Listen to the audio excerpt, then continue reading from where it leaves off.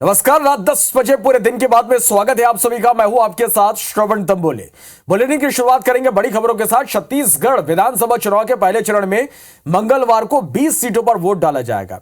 कुल 5304 मतदान केंद्र बनाए गए। इनमें से 156 संवेदनशील मतदान केंद्र हैं। मुख्य निर्वाचन पदाधिकारी रीना बाबा साहब कंगाली ने बताया कि 20 में से 10 सीटें मोहला, मानपुर, अंतागढ़, भानुप्रतापपुर, कांकेर, केशकाल, कोंडागांव, नारायणपुर, दंतेवाड़ा, बीजापुर और कोंटा में वोटिंग सुबह 7 बजे से दोपहर 3 बजे तक होगी। बाकी 10 सीटों पर मतदान सुबह 8 बजे से 5 बजे तक चलेंगे।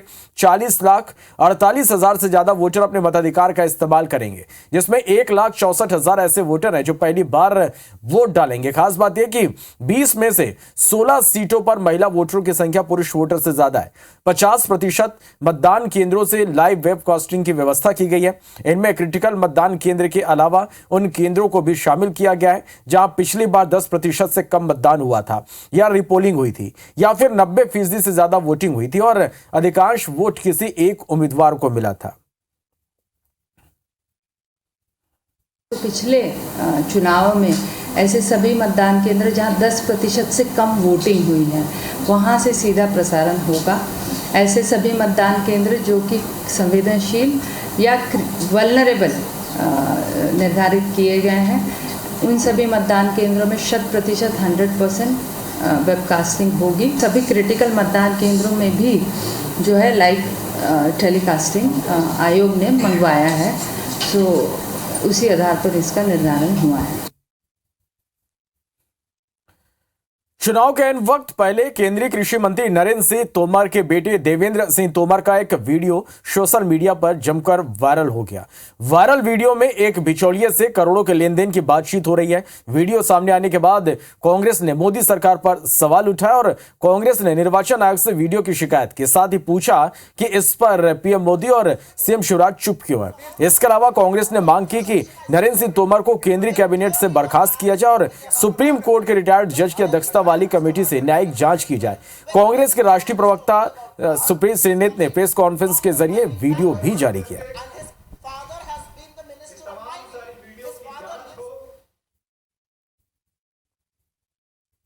जब वीडियो प्रूफ यहां पर अवेलेबल है, ईडी कब आएगी नरेंद्र सिंह तोमर के घर पे? तो भाई काला धन पे जो प्रहार करने का बड़ा डंका बजाते हैं, उनकी ईडी, उनकी सीबीआई, उनकी इनकम टैक्स को सांप क्यों सूंघ गया? आखिर कौन कौन शामिल है इसमें?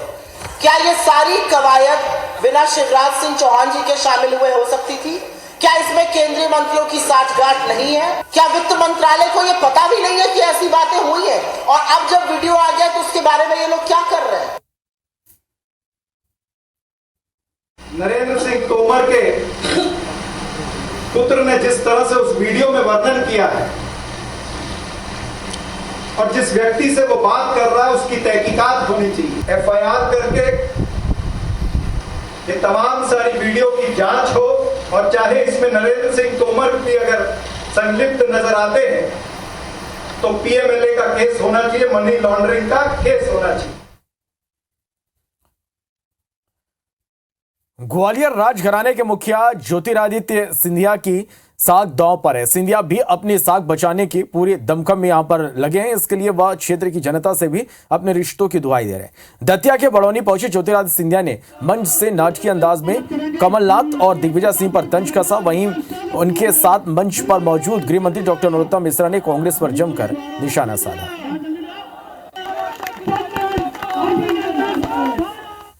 कमलनाथ ने तीनों में से एक बात नहीं मानी, मध्य प्रदेश को दलाली का अड्डा बना दिया। तो उसके बाद ऐसी कांग्रेस सरकार को ठोकर मांग के महाराज ने आप सबका रास्ता चुना, किसान का रास्ता चुना।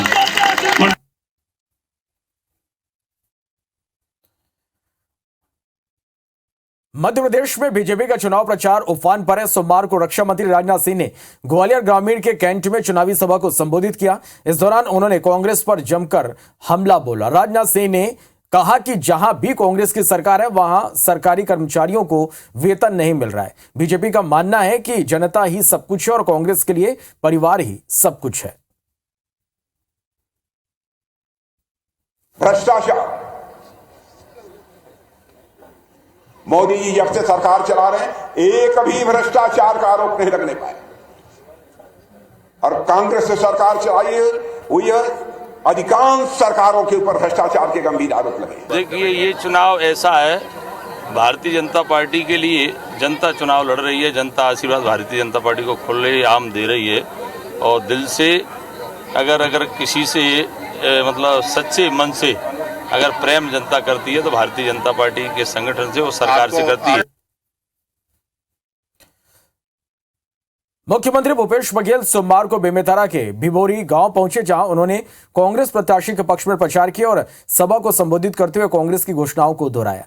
सीएम भूपेश ने कहा कि कांग्रेस की सरकार किसान हितैषी सरकार है, जो किसानों के हित में काम करती है। मीडिया से बात करते हुए सीएम ने आरोप लगाने वाले वीडियो वायरल को लेकर कहा कि चुनाव से पहले और भी ऑडियो और वीडियो वायरल हो सकते हैं। साथ ही उन्होंने बीजेपी पर भी तीखा प्रहार किया। वहीं पाटन विधानसभा में काका और भतीजे की लड़ाई को लेकर चुटकी लेते हुए सीएम भूपेश ने कहा कि रिश्ते में हम उसके बाप लगते हैं। ये तो 17 तारीख तक देखिएगा, बहुत सारी वीडियो आएंगे, बहुत सारी कहानियां आएंगी, आनंद लीजिए उसकी। ये तो थोड़ा बहुत होगा तो पूरे प्रदेश देश में उन्होंने किया है, इसलिए तो किसान यहाँ के छत्तीसगढ़ के लोग, हम तो 75 बोले, वो बोले 80, ताकि उसके खरीदने की कहीं गुंजाइश बचे ही ना। और भतीजा कौन भारी? रिश्ते में हम बाप लगते हैं।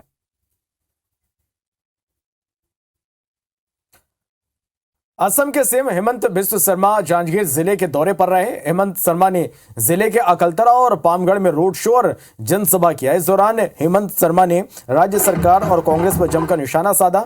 हेमंत शर्मा ने कहा कि छत्तीसगढ़ में सीएम भूपेश बघेल की कुर्सी जारी है, यहां बीजेपी की सरकार बनेगी। कांग्रेस ने फिर घोषणा पत्र में झूठे वादे किए हैं। कांग्रेस ने गंगा जल की कसम खाकर शराबबंदी नहीं की। बेरोजगारी भत्ता को लेकर कहा कि रोजगार बेहतर है या भत्ता।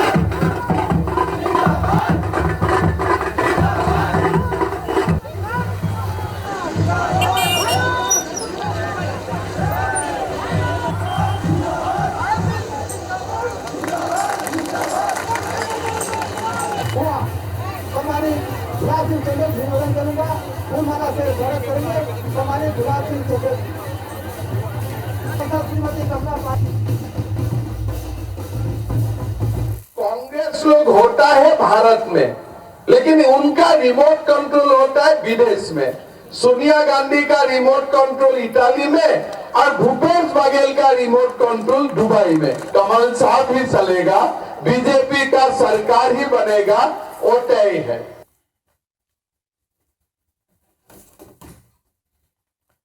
छत्तीसगढ़ के उप मुख्यमंत्री टीएस सिंहदेव आज कांग्रेस प्रत्याशी के पक्ष में प्रचार करने मुंगेली के दुल्लापुर गांव और पथरिया पहुंचे। यहां उन्होंने अपनी सरकार के कार्यों की तारीफ की और घोषणा पत्र को आम सभा के सामने विस्तार से रखते हुए कहा कि एक बार फिर कांग्रेस को मौका दीजिए। वहीं भाजपा अध्यक्ष के बयान पर पलटवार करते हुए कहा कि भाजपा अब राम जी का उल्लेख नहीं करती। पहले जय श्री राम के नारे लगाते थे, लेकिन अब उनका काम निकल गया तो वे राम को भूल गए। वहीं बीजेपी के घोषणा पत्र पर कहा कि जो हमारी घोषणाओं को रेवड़ी कहते थे, उनको भी हमारे घोषणा पत्र से नकल की जरूरत पड़ गई।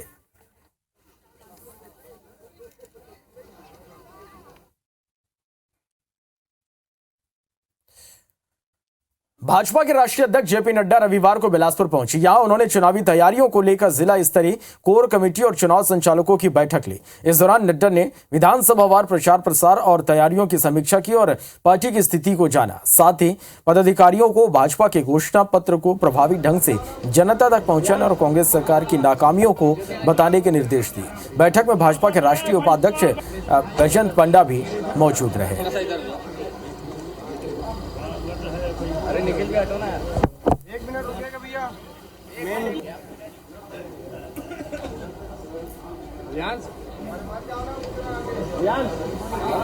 भाजपा की स्टार प्रचारक और केंद्रीय मंत्री स्मृति ईरानी ने धमतरी के आमदी में जनसभा की। इस दौरान उन्होंने कांग्रेस सरकार पर जमकर हमला बोला। स्मृति ईरानी ने कहा, कांग्रेस के मुखिया का चुनाव दुबई से चल रहा है। कांग्रेस सरकार ने इतने घोटाले किए जिनका कोई हिसाब नहीं है। जनता इस बार बीजेपी को जिताएगी। मैंने आज तक कोई ऐसा चुनाव नहीं देखा जहां पर कांग्रेस के मुखिया का चुनाव दुबई से चलता हो। सत्ता में रहकर सत्ता का बाजार चलाया हो। छत्तीसगढ़ में बीजेपी के स्टार प्रचारक धुआंधार प्रचार कर रहे हैं। सोमवार को बीजेपी के राष्ट्रीय अध्यक्ष जेपी नड्डा ने जशपुर के पत्थल गांव में चुनावी सभा को संबोधित कर कांग्रेस सरकार पर जमकर निशाना साधा। उन्होंने कहा कि केंद्र ने जशपुर जिले को स्वास्थ्य सेवाओं के लिए 200 करोड़ रुपए दिए हैं। साथ ही भारतमाला सड़क के लिए करोड़ रुपए की सौगात देकर आवागमन को सुगम बनाया जा रहा है। जेपी नड्डा ने कहा कि बीजेपी को जिताने पर विकास की गारंटी, लेकिन कांग्रेस को जिताने पर घोटाले की गारंटी है। जेपी नड्डा ने महादेव सट्टा ऐप को लेकर भी भूपेश सरकार पर हमला बोला।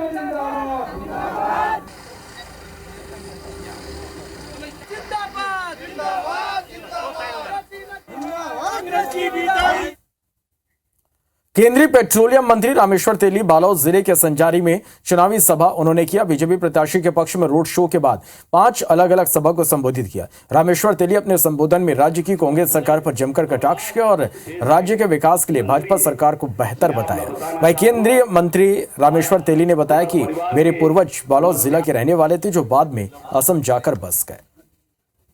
और आभार व्यक्त करने के लिए मैंने देखा कि जनता में बहुत उत्साह है और जनता को पूरा विश्वास है कि बघेल सरकार लूटने वाला सरकार को ट्राइबल को कहा था कि आप लोगों को किसी को बना देंगे सीएम, साहुओं को कहा कि आप लोगों को बना देंगे, इस तरह से करके वोट लेके बाद में किसी को नहीं बनाया। ऐसी एक सरकार बनी। इसीलिए इस बार लोग जानते हैं कि कांग्रेस की ठगी हुई सरकार को हटाना है और भारतीय जनता पार्टी को ले आना है, डबल इंजन की सरकार बनाना है। महासमुंद में आचार संहिता का खुलेआम उल्लंघन किया जा रहा। शहर के अंबेडकर चौक पर एमएनएम मीडिया के द्वारा बिना परमिशन और एनओसी के एलईडी डिस्प्ले कर विज्ञापन के साथ राजनीतिक विज्ञापन धड़ल्ले से चलाया जा रहा है, जबकि नियमानुसार एलईडी लगाने से पहले नगरपालिका से एनओसी लेना अनिवार्य होता है। साथ ही राजनीतिक वीडियो क्लिप चलाने से पहले प्रत्याशी को मीडिया प्रमाणन टीम से वीडियो को प्रमाणित कराकर आरओ लेकर अनुमति लेनी पड़ती है और उस पर होने वाले व्यय की जानकारी देनी होती है, लेकिन जिम्मेदार अधिकारी मूक दर्शक बने हुए हैं। इसके जानकारी में निर्वाचन अधिकारी को मेरे द्वारा दिया जाएगा और जो भी नियम होगा उसके आधारित कार्य करेंगे। मुझे भी अभी संज्ञान में मिला है, मीडिया के माध्यम से मुझे संज्ञान में मिला है कि कहीं पे एलईडी जो है बीच चौक में बिना अनुमति चल रही है, तो उसके लिए नोटिस जारी करके उसको तुरंत आहूत करेंगे।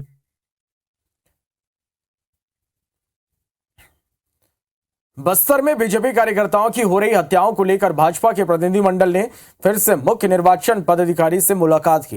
बीजेपी प्रतिनिधिमंडल ने चुनाव और प्रथम चरण की वोटिंग में सुरक्षा व्यवस्था बढ़ाने की मांग करते हुए निष्पक्ष चुनाव कराने की अपील की। मुलाकात के बाद सांसद सुनील सोनी ने कहा कि नारायणपुर में बीजेपी नेता की हत्या हुई है। अब तक भाजपा के 9 कार्यकर्ताओं की हत्या की जा चुकी है।